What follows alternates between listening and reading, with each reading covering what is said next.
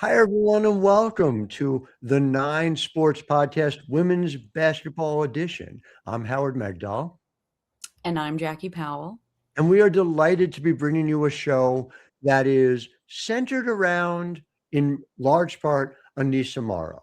And I say that because, yes, we had the chance to talk to Aneesah Morrow for the podcast. Deyscha Smith, who has written multiple times now on Aneesah, is joining us to talk about this, but most significantly because everything that's happening in her world right now really tells us a lot about the women's basketball world right now as well. So I'm really excited about our opportunity to do that together.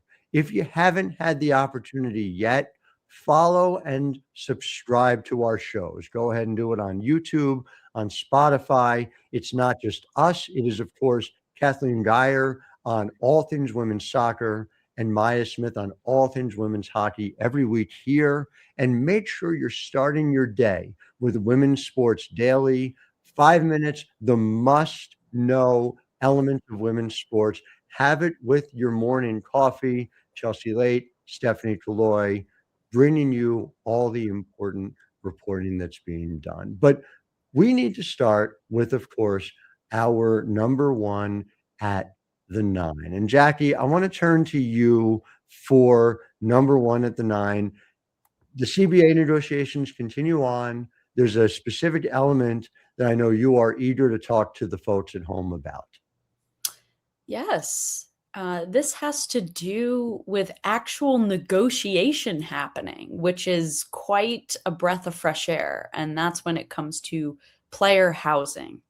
And this was one of the main topics of discussion when it came to that meeting on Monday, February 2nd. Mm-hmm. And really, both sides were able to hear each other out on this. And so now there has been some reporting about that compromise, what that compromise has been. Mm-hmm. So, Howard, I guess, is it time for you to put me on the clock? It's time. We are talking about a very specific part of this compromise. You're going to understand it in 60 seconds, friends. So here we go. Number one at the nine, all about housing. So, what came out of a discussion between the players and the owners in the league office was essentially players saying, well, listen, there are some players that might be developmental players, might come in on temporary contracts. These folks need housing. So the compromise is this. There are going to be 2 developmental players on rosters, which we discussed last week. These players will be eligible to play a certain number of games and will receive a check for each game in addition to a stipend. They will have studio apartments. And then for players on league minimums, those folks are going to have 1-bedroom apartments. But this will only be for players on league minimums and with 0 years of service. Yes, with an entire second to spare. I want to get like a shot clock horn for us.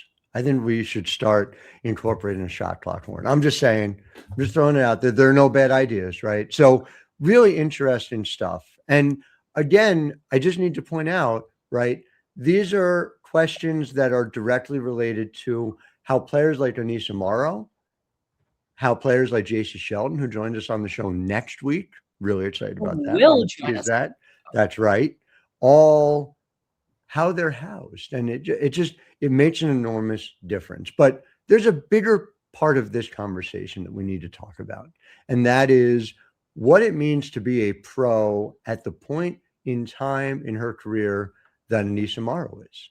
And so, Howard, please. Before we hop into what will be our first staff guest on the show, which is really, really exciting. I agree. I do want to say that I did leave out a tiny detail in the 60 seconds, which but I don't know if it counts. It's not number one at the nine anymore. I get fine. Okay. All right. Let's do the one tiny.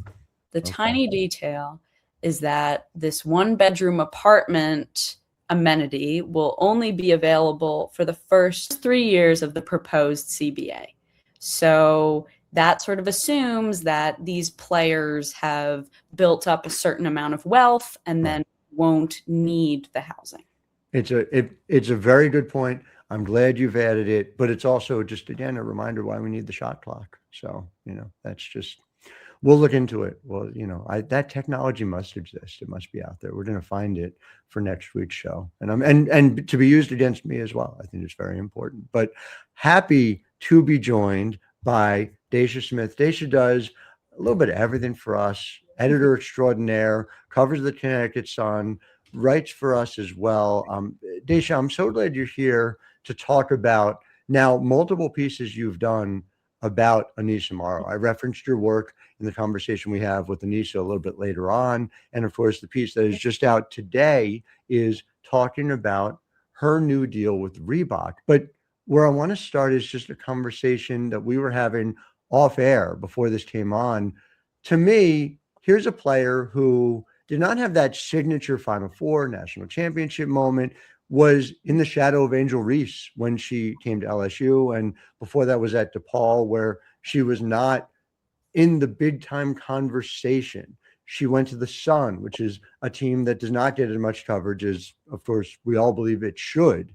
She was playing as a draft pick, but not a high draft pick, not a number one overall. So for her to be in the spotlight like this feels like a big deal to me. Kind of take me through your thoughts about it. Yeah, thank you guys so much for having me on. I didn't know I was the first staff guest, so I'm honored. Having covered, Aneesah, especially last season on the Sun, we had many conversations about how she was really trying to find her role, and really as she transitioned to the W, really kind of trying to figure out how can she solidify her presence, how can she elevate her game to the point where it's meeting the team's needs, but also kind of figuring out her place as a professional athlete. And so last season a big focus for her was her rebounding and how she realized that was a skill set that she could really dial in on. But one thing that we talked about after she's just signed with Reebok is she's really looking to take that next step in her career, both from a basketball standpoint but also elevating her brand. She's kind of realized that she's a bit more naturally introverted and quiet, and her kind of stepping into the spotlight is really kind of her putting herself out there. She really kind of focused on the Reebok brand and how they really emphasize authenticity, and that's where Aneesah's kind of at in her career right now is really embracing who she is and growing her game to the point where she's a mismatch nightmare. That's what she said. Like she wants to be someone where, she's a focus on scouting reports and teams are having to figure out how they can stop her. And, signing with the brand is really kind of solidifying that she is that player that should be in the spotlight. What's really interesting to me about this and about the fact that Aneesah Morrow is now more in the spotlight following being signed to Reebok is the fact that she is also making a name for herself right now in Athletes Unlimited. I know it's early and I know it's really hard when you see these numbers, you're like, oh man, what does this mean? But in Athletes Unlimited right now, she is in the top 5 in average points scored, top 5 in blocks. I believe she leads AU in rebounds, which maybe shouldn't be much of a surprise. And then she is in the top 5 in this category they have called leaderboard stat points per game, which I think what that means in AU terms is it's a way to measure her productivity and how much she's helping the team win, because she's earning points from doing many different types of things. And so that stands out to me. And apparently she's also a captain and the youngest captain. So yes. Deyscha, based on your discussion with her, I guess, what is all of this that's happening for Aneesah right now? How intentional is all of this? Yeah, this is all part of Aneesah's master plan right now. She is focused on becoming a 4-level scorer. She knows that rebounding is a huge part of her game, but everything from her outside shot to her productivity, she's always, really had that high motor. But I think for her, really figuring out how can she continue to elevate a team to the point where they're winning, right? And so for her, she told me earlier that she's really kind of focused on being able to, shoot the ball, being able to finish at the rim. Obviously, grabbing rebounds is a huge part of her game, but she's really focused on how can she score at every level and how can she continue to really lead a team. That was another thing that we talked about as well as her being in that captain position is, she's really having to find her voice. She's kind of figuring out, in terms of speaking with coaches and, going over film and, making sure that she's aware of the game plan and, really having to take that next step. Again, like I said, as someone who's kind of quieter, putting herself out there and now being a captain and learning, how do I lead a team? How do I not only have a role on a team and contribute to productivity and winning, but how do I actually lead? And so this, perfectly captures, I think, where she's at and, what she's kind of really been focusing on in Athletes Unlimited. From an overall perspective, when you just kind of think holistically where she is. And again, this is a young woman who just turned 23 this month. I mean, she is so at the beginning, and we'll get into it more with her directly about just where it is she's able to go. What do you think about her profile, though, made her the right fit for Reebok right now? I know you wrote about this in the piece that posted.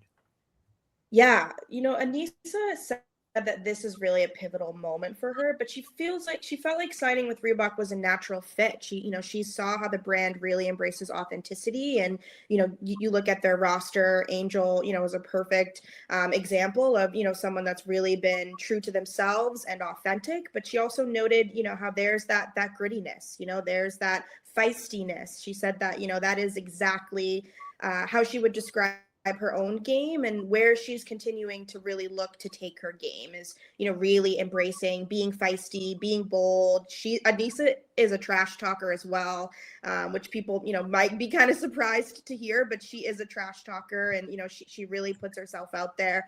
I have, been very close to, watching her do what she does and, seeing just how feisty she is out there. And so I think that her signing with Reebok was a perfect natural fit for her, and also shows kind of where she's looking to go in the future. So, Deyscha, another question I have for you is just this. When we talk about Aneesah Morrow sort of being more in the public eye and being more of a topic of conversation, I know there was this viral Instagram post about her abs. Yes. You were able to talk to her about this, right? So what did you sort of learn from this moment, how it all came together, and just how she sort of feels about that type of level of being in the spotlight? Yeah, she said that she wasn't that surprised that people have been very enamored by her abs. She says that, maybe that people are really getting to see it because she's obviously wearing a jersey most of the time. And she's like, I feel like, people usually see models with abs and things like that. But she did tell me that she's had abs for quite a minute. She did really focus after she graduated. She really did focus on her diet and really kind of eating really cleanly, which, I asked her if you could give any maybe advice to the girlies who are looking to also get abs, what would it be? And she emphasized a clean diet, but then also, really kind of dialing in on her strength training and utilizing, now being a professional athlete. But she said she wasn't that surprised that people were so shocked by her abs. But again, this also speaks to her building her brand and, making content and putting herself out there, showing her workout routine a lot more.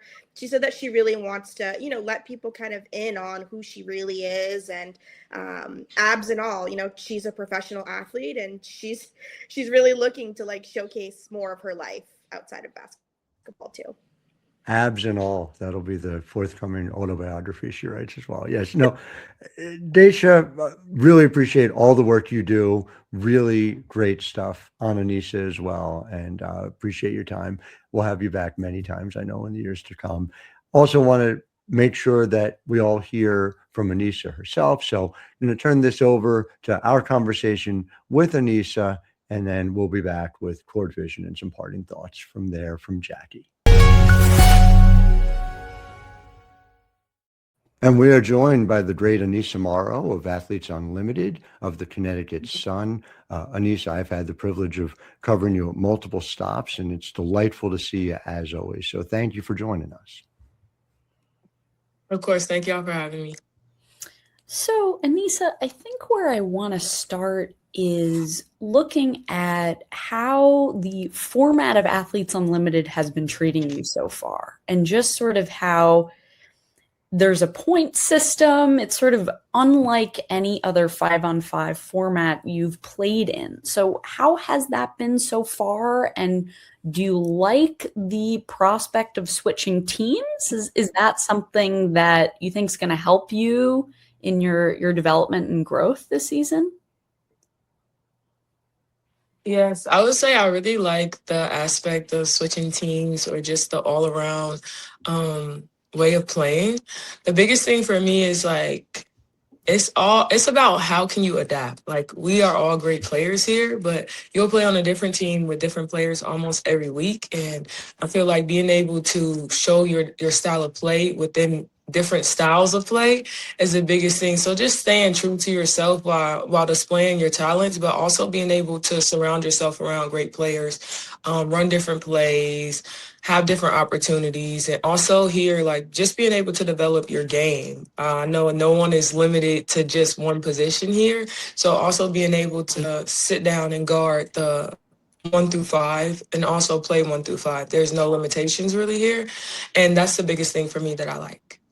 Respectfully, there's no limitations because you're able to guard and play 1 through 5, which has been why your future in the W and across the pro landscape is so bright. And so I was struck by something that Renika Hodges, who was then the assistant with the Connecticut Sun, told our Deyscha Smith in a profile we did of you over at the 9 basketball earlier this year, or I guess technically in 2025, and that'll be in the show notes. But she talked about how the fact that you were able to watch early as you were recovering from your knee injury helped you in your transition. What are some of the specific ways that you feel like that happened? What were some skills that you think you were able to bring into it when you started to get the big minutes and show people what you were capable of on the court? Yeah, so I have had 3 knee surgeries. I feel like if you watch me play, you wouldn't be able to tell that. That's the biggest thing for me. That's why I try to stay in the best shape and make sure that I take care of my body. But it happened at a very young age, so there was a lot of things I had to learn very young. I would also say it is very challenging when you're 14, 15, 16, going through injuries back to back to back. It kind of makes you think about, do you really want to play the sport that you love anymore? And for me, I'm just glad that I have the right people around me and I had great parents around me that encouraged me to become the person that I am today. And for me, there's 3 things that I learned throughout this process, especially with being so young. The first one, I tried to rush back from, the surgery. And I wouldn't say it was the right time, but things didn't go, the way that it should have. And I had a re-rupture, wasn't getting enough blood flow in my knee, and I had to get my meniscus removed. After that, I tore my ACL, and I was 14 at the time. And at that time, I really considered, do I want to play the sport anymore? And it was a really hard process, but I came back in 6 months. I know now a lot of people are coming back and not, rushing back in that process. And I love that because we want them to come back healthy. But I came back healthy and I haven't had any issues with it. We're going to knock on wood. But I haven't had any issues with it. But it really taught me to sit down, listen, and observe. The first one taught me to take my time. The second one taught me that it is important to have a healthy recovery. And the third one taught me that it's important to listen and sit back. There's other ways of learning about the game, and it's not just about being on the floor. So also having my mother coach me as as my coach being very young, it helped me a lot. And I would say that's the reason why at a young age, I know I heard it a lot yesterday, that my IQ is where it's at, just to be 23 now. But just having the IQ, because I do want to sit back and learn. I am very observant and I also listen. So that's the biggest thing for me. And it's helped me a long way so far within this basketball career and even life.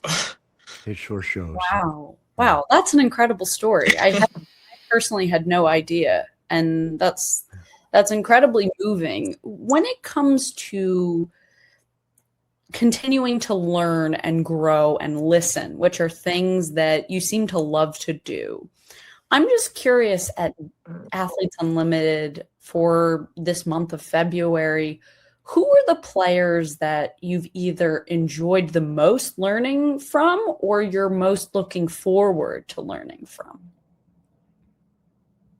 I would say right now, of course, my captain is AC. And I've always talked about like having mentors. And Coach Chaz is one of my mentors. He helped me a lot throughout the summer, just training with him, working out, being confident, and being able to put the ball on the floor. That was the biggest thing for me, like stretching my game out, playing the 3 position. And you guys were pretty able to see that last night, putting the ball on the floor, being able to pass the ball, assist the ball, and just distribute. But also, I would say AC. She is an amazing leader. Her voice, the way that she speaks, the way that she uplifts, the way that she encourages, but also very knowledgeable about the game. I would say is a person that I've learned a lot from so far. And we're just in week 1. It's an exciting and such a vital element to, and we talk about this all the time, the W itself as well, the opportunities to be able to have knowledge passed along. And obviously similar to that, I remember I was sitting courtside at Walsh Gym talking to a WNBA GM, and this was during your time at DePaul. And the WNBA GM said, you have a Tina Charles ceiling, but you're getting there sooner because your game was 3-level right away. And Tina was much more of a post player primarily at the start. So in some ways, and I told you this off the air, it almost feels unfair, you're like ahead of schedule in order to get to that point. But I do wonder how much you think now, years later, the coincidence of there's Tina, she's on your W team, she's there at AU.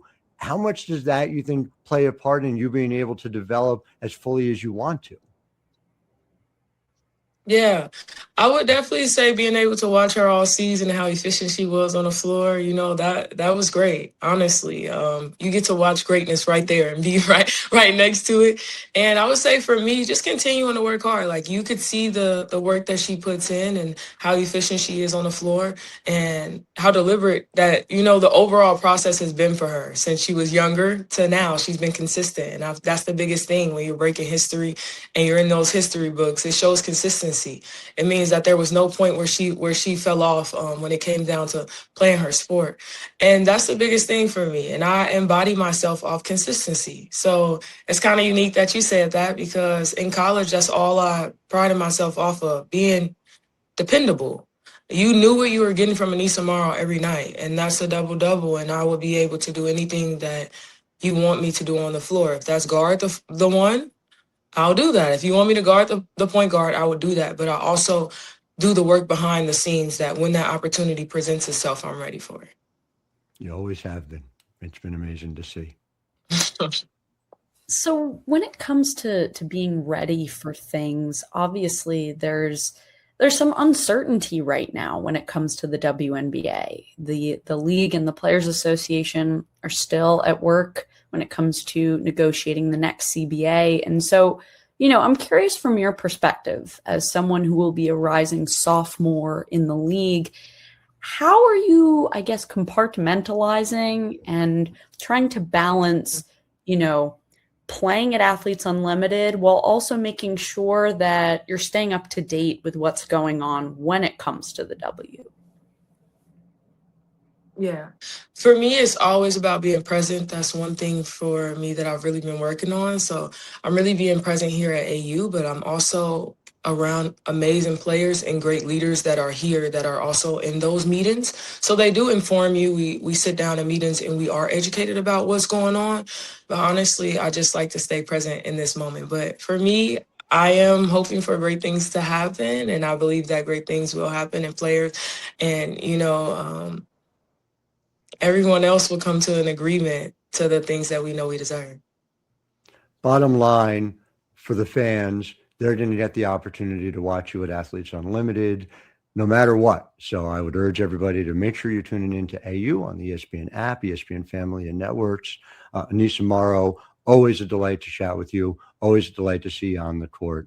All the best, and thank you so much for your time.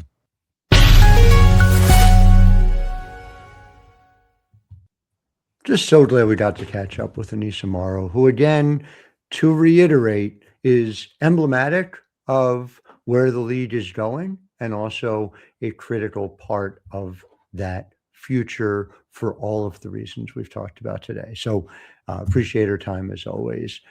Before we go, though, we want to introduce you to, of course, our latest version of Court Vision. Jackie and I have been covering the CBA negotiations for a very long time.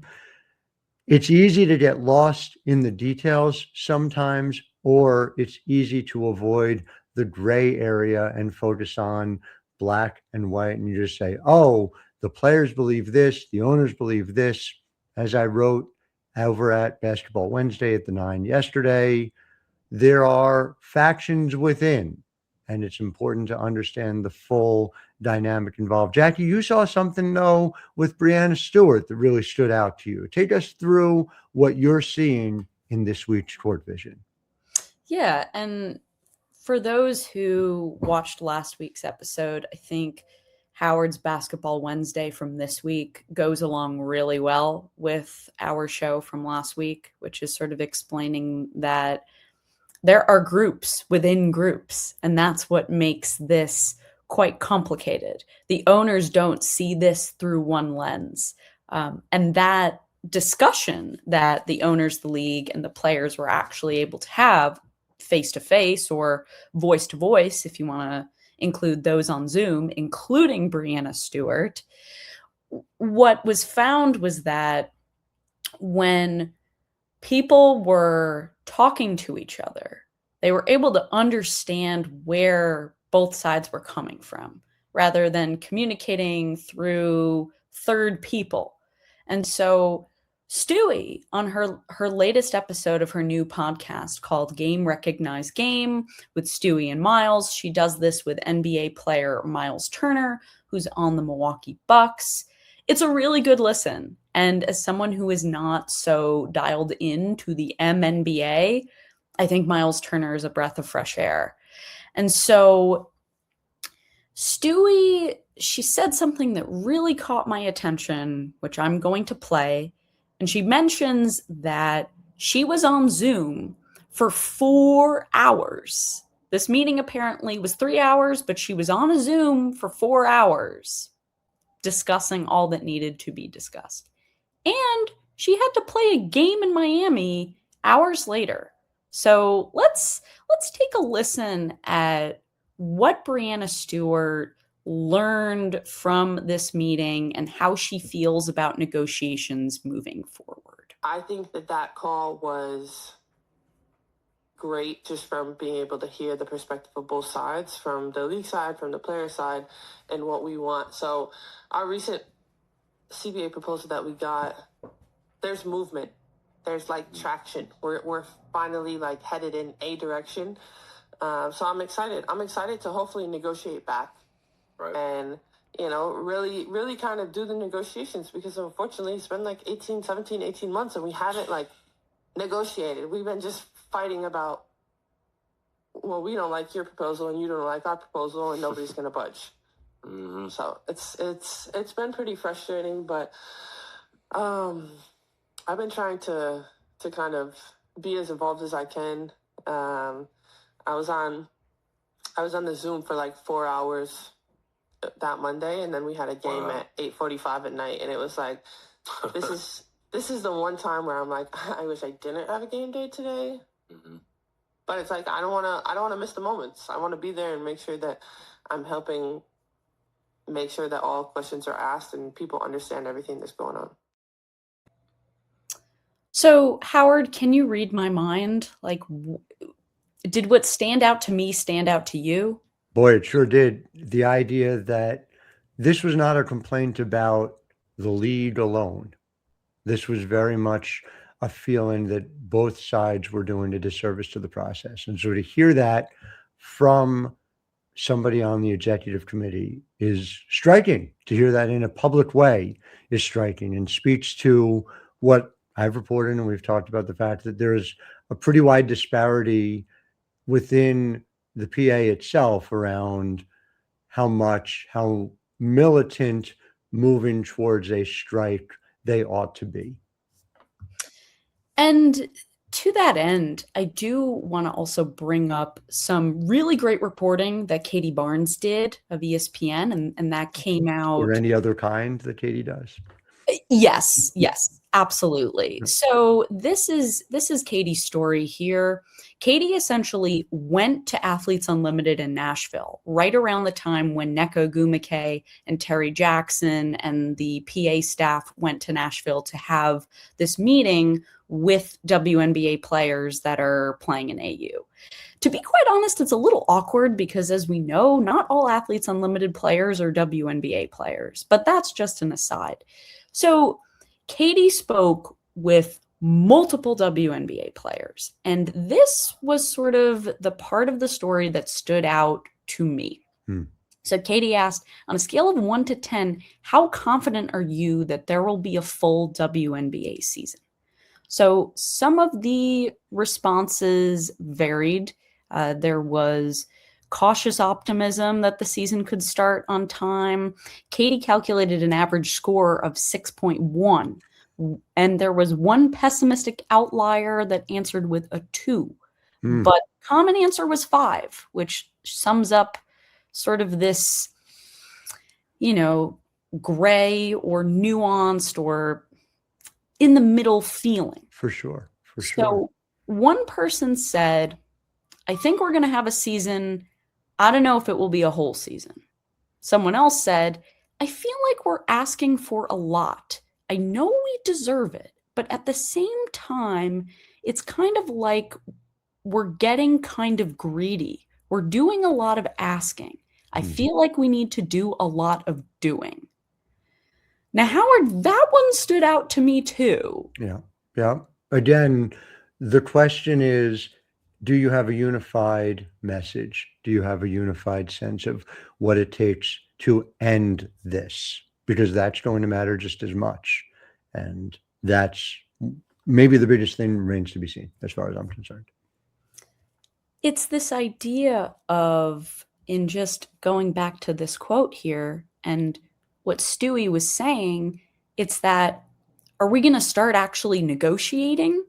I think you could count that the movement on player housing was a positive step because there was negotiation between both sides. Yeah, we've seen some movement, and it's encouraging. It's also a real question of the clock ticking. It is February 12th, and there is a multi-team expansion draft, free agency, and a collegiate draft that need to take place before training camp in the season. So it's getting real tight. It's getting incredibly tight. And I recommend listening to the rest of Breanna Stewart's podcast, where she talks about how essentially if games are missed, that's going to be taken right out of the player's pay because there's this new revenue share system. So that's part of the equation as well. And also, I recommend reading the rest of Katie's story. I will link both in the show notes. Yeah. So that is it for us this week. As we alluded to last week, something I'm going to be looking out for is, do we see a public demonstration from WNBA players this weekend at NBA All-Star? It'll be fascinating. I'll tell you what we don't see. We don't see them in the Celebrity All-Star game, which is very mixed about, but is another story for another podcast altogether. Well, anyway, I'm Jackie Powell. And I'm Howard Magdahl. And we'll see you next week.